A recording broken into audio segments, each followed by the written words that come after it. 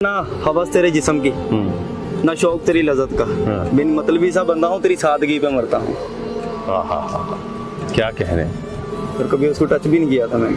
अच्छा, पाकीज़ा मोहब्बत है आपकी। तो अगर कभी ऐसा हो, इसी शहर में रहते हैं ओवरटेक सिंह में, कभी छोटा सा शहर है, आमना सामना भी नहीं हुआ, अगर हो गया आमना सामना, अचानक से आज मार्केट में जा रहे हैं, सामने से नजर आ जाए, सोचें फिर क्या आपकी फीलिंग्स होगी। बात नहीं करेंगे? नहीं करूँगा, रास्ता बदल लूँगा। रास्ता बदल दूँ? आप बदल लूँगा रास्ता।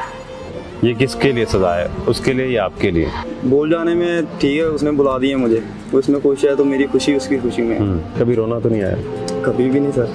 हंसे अंदर से होता है थोड़ा सा, जब बातें करता हूँ आपसे या किसी और से बातें करता हूँ, अंदर से होता है, फीलिंग होती है, लेकिन मुस्कुरा देता हूँ हमेशा हमेशा के लिए।